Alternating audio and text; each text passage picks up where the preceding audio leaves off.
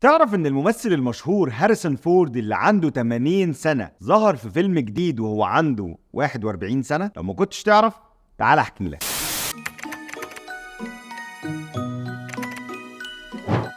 بعد ما فيلم انديانا جونز اتصور ونزل كمان التريلر الخاص بيه وبدأ عرضه في السينمات، شفنا الممثل وبطل سلسلة افلام انديانا جونز هاريسون فورد اللي عمره دلوقتي 80 سنة تقريبا في عمر الشباب، وكأنه لسه مصور اول جزء من الفيلم اليومين اللي فاتوا دول مش من الثمانينات. لما ظهر في التريلر بالشكل ده كتير من الناس استغربت، رغم ان المشهد اللي ظهر فيه جديد وما كانش موجود في اي جزء من اجزاء الفيلم قبل كده، عشان نقول مثلا ان هو فلاش باك وجابوه من الفيلم موجود قبل كده. وفعلا لما سألوا اكتر من حد في فريق العمل قالوا لهم اسألوا المخرجين، ولما سألوا المخرجين قالوا لهم ان جزء من احداث الفيلم ده بيتصور قبل الاحداث الفعلية لقصة الفيلم ب40 سنة، وده كان محتاج مننا ان احنا نصغر بطل العمل هاريسون فورد حوالي 40 سنة. يعني بدل ما يكون عمره الطبيعي في الجزء ده اللي هو 80 سنة، لا احنا محتاجين يكون عنده 40 سنة على الأقل. وعشان كانوا دايما شايفين ان محدش هيقدر يوصل لمرحلة ابداع هاريسون فورد في السلسلة دي، قالوا ان اي شاب هيجي حتى لو في شبه منه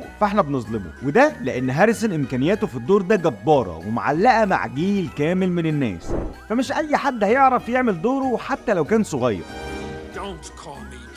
الفكرة نفسها ممكن ناس كتير ما تحبهاش، فاحنا عايزين هاريسون نفسه بس صغير، وده اللي قدروا يعملوه من خلال الاي اي. بص يا سيدي، مدة المشهد كانت 25 دقيقة كاملين معمولين بالاي اي، وقال المخرج انه قدر يوصل للجودة دي في الصورة وكأنها لايف عن طريق الذكاء الاصطناعي. بس الموضوع كان متعب جدا لانه عمل برامج مخصوصة للشخصية دي، يعني دخل البرنامج ده 100 ساعة لمشاهد فورد وهو صغير عشان البرنامج ده يعمل لها مراجعة، ومع المراجعة دي وإعادة اللقطات دي قدروا ان هم يعملوا الشخصية وكأنها متصورة حقيقي. وجود الذكاء الاصطناعي مفيد في حاجات كتير، لكن الصراحة القلق منه مش قليل لأسباب كتير جدا، برضو أهمها ان هو ممكن يكون سبب في كوارث كتير وتزوير اكتر، ده غير فكره انتحال الشخصيات. يعني مثلا احنا ممكن نشوف قريب قوي ممثلين ماتوا اصلا ابطال لافلام جديده في السينما، ده كله هيكون معمول